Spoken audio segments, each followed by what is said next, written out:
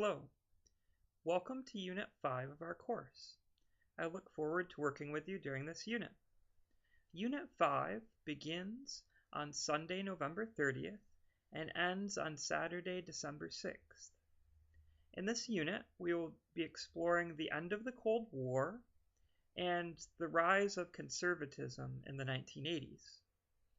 There are 3 assignments for this week, as is usual.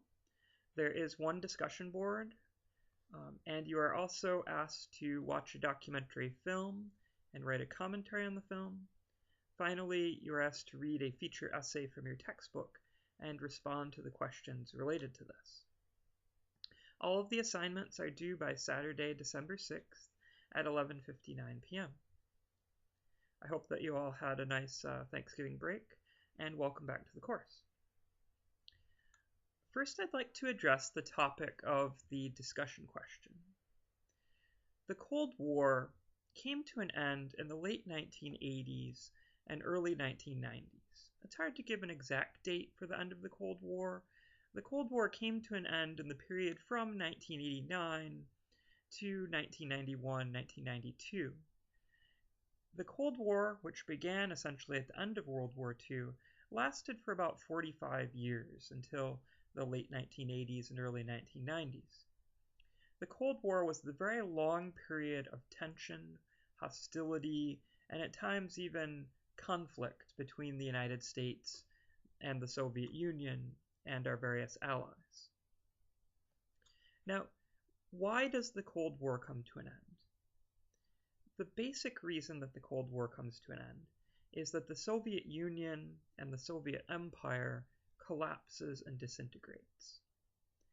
Under growing pressure for democratic form, the Soviet Communist bloc essentially broke apart in the period from 1989 to 1992.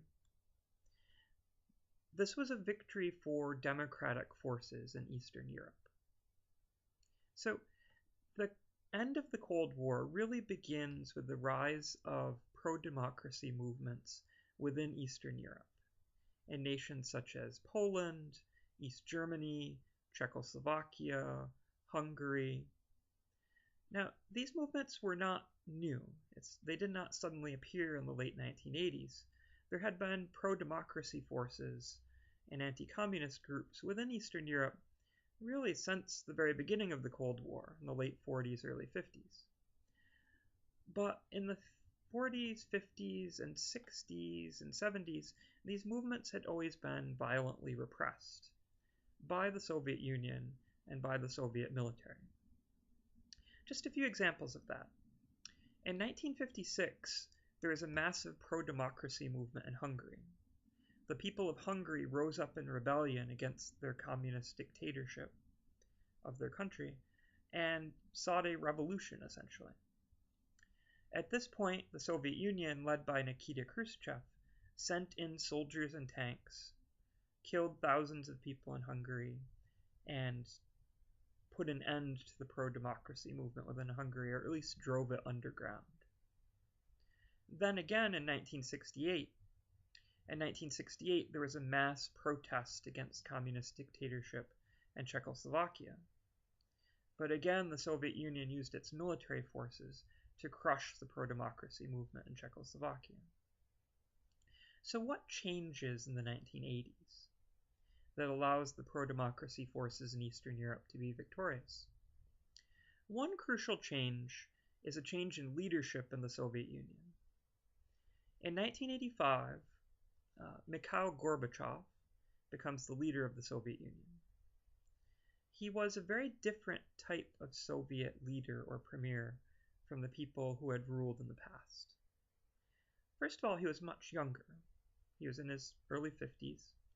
He was not of the same generation as the previous rulers, and he had in many ways a different perspective. He had not been part of the Communist Revolution of 1918, and he had not witnessed the First World War. He did live through the Second World War, but really was not an active participant in that struggle either. And Gorbachev was much less suspicious of the West than the previous Soviet leaders had been. Gorbachev did not view the West as evil, and he thought that there were certain things that the Soviet Union could actually learn from the West, from the United States and Western Europe.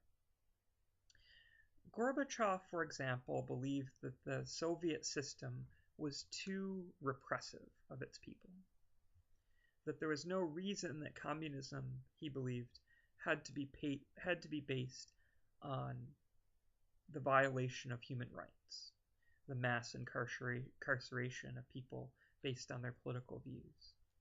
Gorbachev ordered the release of significant numbers of political dissidents, people who disagreed with the government. They're released from prison.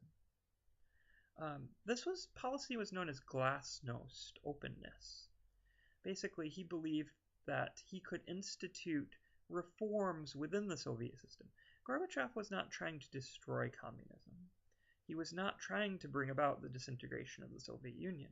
He was trying to improve the Soviet system. He thought there was a place for democratic reform within the Soviet system. He allowed newspapers to be published that were critical of the government. He allowed free elections to take place at the local level. So, for example, the people of Moscow could elect their own mayor. And he allowed different local officials to now be elected by the population, by the people. So generally, he promoted greater openness, greater freedom of thought and discussion, and less repression within the Soviet Union. And Gorbachev encouraged the dictators of Eastern Europe to do the same thing. Gorbachev warned the leaders of East Germany and Hungary and Poland and Czechoslovakia, all of whom were communist dictators. He warned them that they needed to institute similar reforms. And he warned if they didn't, there would be uprisings, that a system of harsh repression could not exist forever. Interestingly, the dictators of Eastern Europe, of the other countries of Eastern Europe, were very reluctant to institute reforms. The dictators of Poland and East Germany and Czechoslovakia, etc., they were very fearful of the notion of instituting greater openness, greater political discourse, greater freedom. And I think this is because the dictators of Eastern Europe, outside of the Soviet Union, understood that their systems were incredibly unpopular. Very few people in Poland and East Germany supported communism. And the dictators of these countries perhaps correctly feared that any kind of major reform granting greater freedom to the public would lead to the disintegration and collapse of the communist system in their countries. But now you have an interesting dynamic. The Soviet Union, which of course had installed these communist dictatorships, had put them in place through military force, is now a force for progressive reform, encouraging democratic reform in Eastern Europe, and it's the communist dictators of Eastern Europe who are resisting.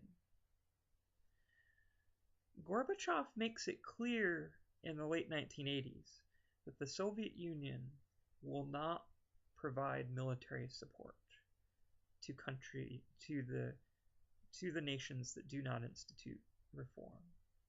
In other words, Gorbachev tells the leadership of East Germany and Poland, if your people rebel against you, don't expect Soviet troops and tanks to be sent into your country.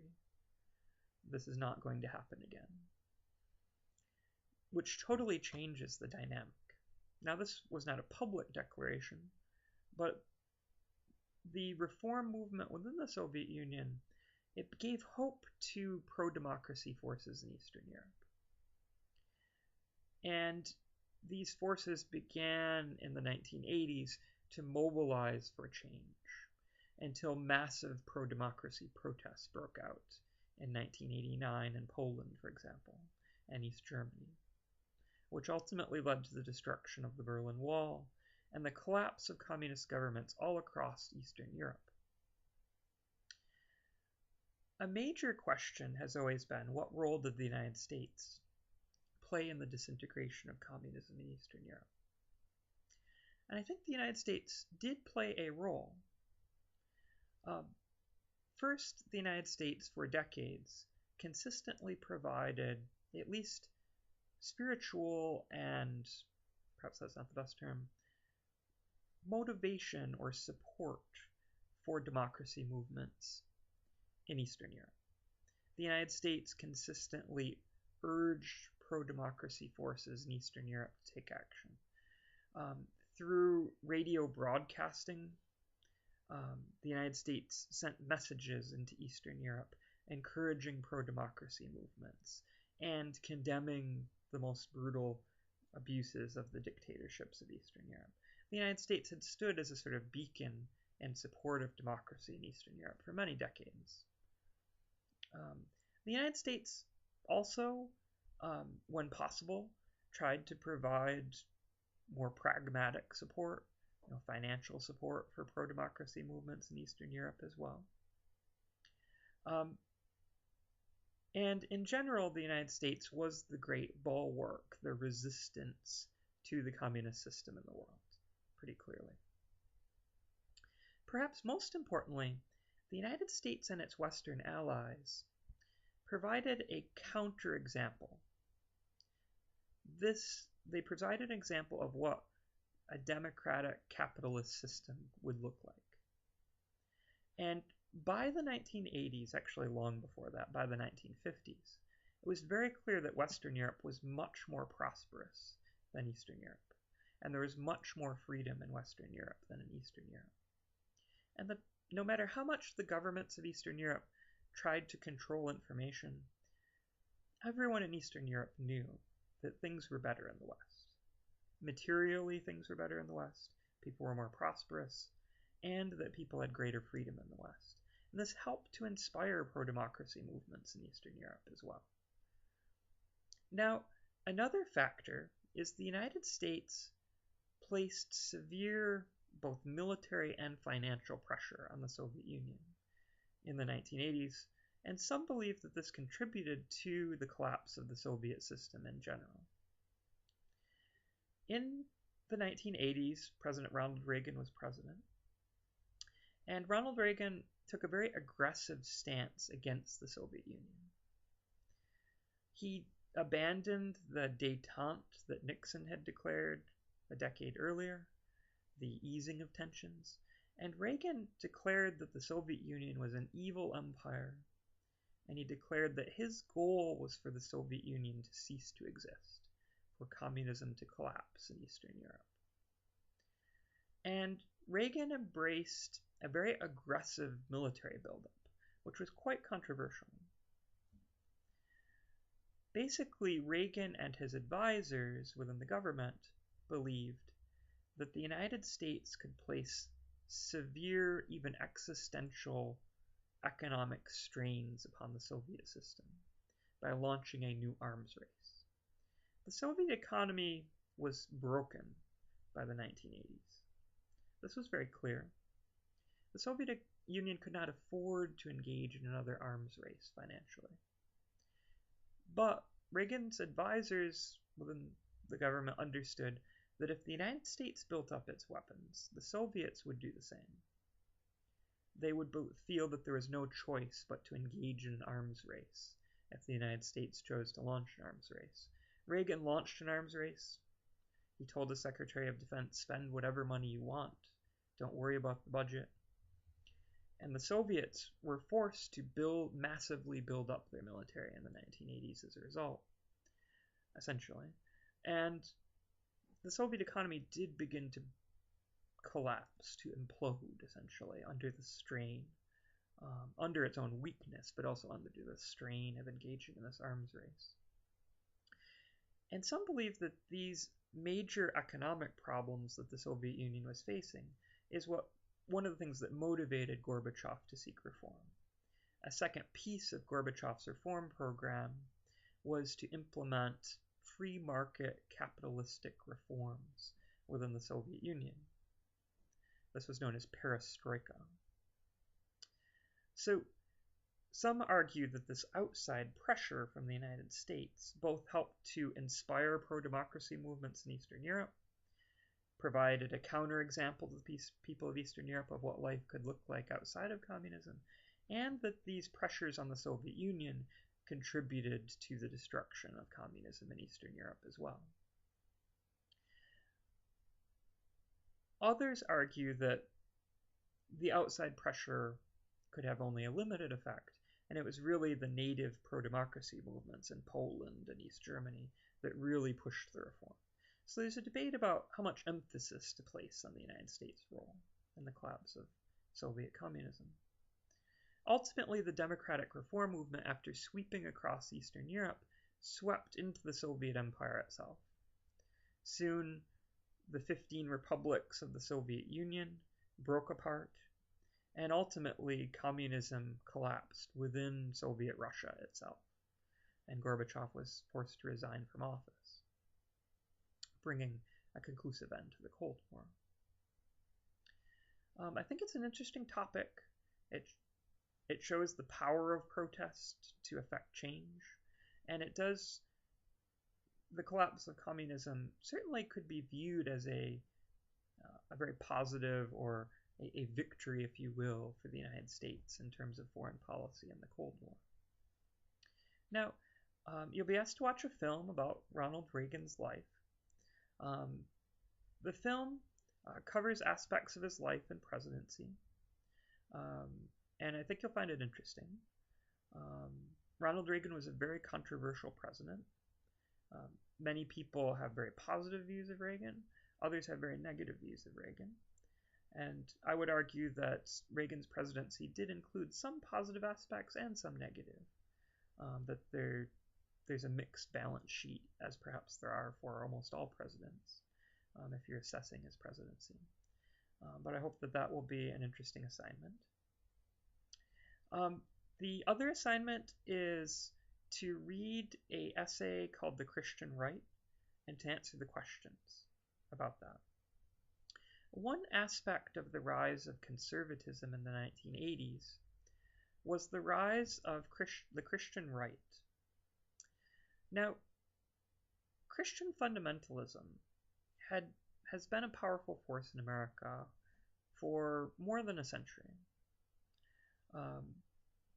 But this religious movement, Christian evangelicalism and fundamentalism, did not become a major political force, really, until the 1960s, 1970s, and 1980s. So how does that come about? Well, some of the changes that took place in American culture and law in the 1960s helped to, or created, a desire for Christian fundamentalists to enter the political stage. In the 30s, 40s, and 50s, most Christian fundamentalists were not very interested in politics. However, in the 1960s, when the Cultural Revolution takes place, the hippies, the counterculture, the rebellion against traditional norms and values, many Christian fundamentalists perceived this as a threat to their own values, as a threat to the cultural norms and values which they believed were fundamental to their faith. So, with the sexual revolution, the rise of the gay rights movement, the rise of the feminist movement, and court rulings striking down laws that restricted abortion, court rulings that declared that pornography was free speech.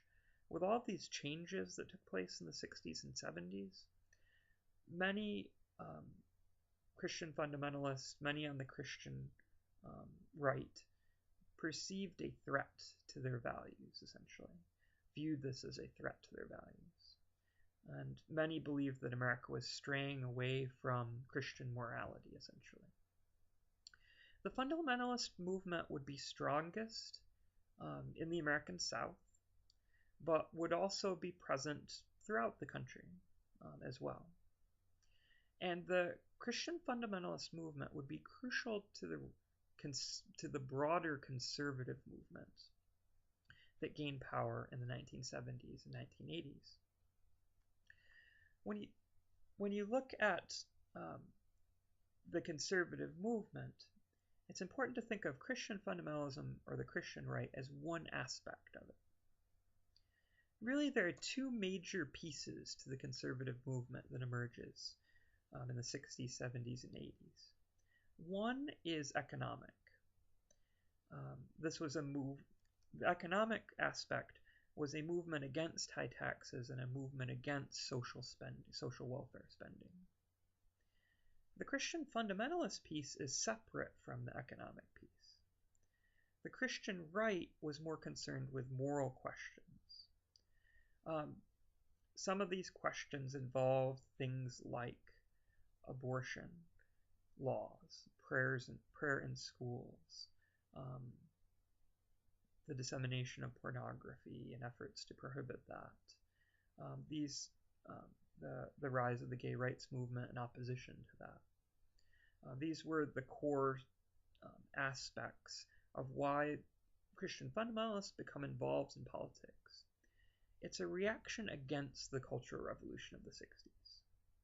So when the Cultural Revolution takes place in the late 60s and early 70s, not surprisingly, it inspires opposition.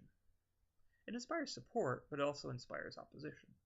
The opposition emerges as the Christian right. And as fundamentalist groups become involved in politics, they have a huge impact on the political process. The first major candidate, one of the candidates who was supported by the Christian fundamentalist movement was Ronald Reagan. And generally, the Christian fundamentalists would come to support the Republican Party. Christian ministers like Jerry Falwell organized political action groups, and like the Moral Majority, and soon Christian fundamentalists were actively raising money for and actively supporting conservative Republican candidates for office. Ronald Reagan was able to gain the support of this movement. Ronald Reagan was, first of all, a very outspoken critic of the Cultural Revolution. Many don't remember, but Ronald Reagan was the governor of California in the 1960s. So Reagan was the governor of the state where really the Cultural Revolution was most vibrant and flourishing in the 60s. I mean, San Francisco, Haight-Ashbury, the Summer of Love, those were all in Reagan's state that he was governor of. And Reagan gained a reputation as being very much opposed to the Cultural Revolution. It was Reagan, as governor, who ordered the National Guard to basically take over the campus of UC Berkeley and bring an end to the protests there. So he's a very outspoken critic of the Cultural Revolution, and Reagan gave verbal support and encouragement to this idea of embracing Christian values and returning, quote unquote, to Christian values within the United States. So the Christian right will become a major important supporter of the Republican Party moving into the 1980s, and certainly Reagan's election in the early 1980s and his re-election in the 1980s came in part through the support of the Christian right as a reaction against the Cultural Revolution of the 1960s, which most in the Christian right perceived as immoral, involving drugs and free love, and there was this general opposition to that coming from Christian fundamentalist and evangelical groups, essentially. And of course, the Christian right continues to play a significant role in politics today. So a bit about that assignment. You'll be reading an essay about that and answering the questions. So those are the basic topics we're looking at. They're all in the 1980s, essentially. Reagan's presidency, the end of the Cold War. The Christian right really is a movement that begins before the 80s, certainly. But the first time that the Christian right and its candidates really gain national power is during the 1980s. So I hope that you'll find it to be an interesting unit. This is a unit that probably for some of you, many more of us have perhaps lived through than previous units. So it's a unit that we may have more personal experiences of as we get closer to the present also. So I look forward to working with you during this unit and sharing your thoughts and comments in the various assignments, and I will see you on the discussion boards. Feel free to email me or send me a message if you have any questions. Thank you.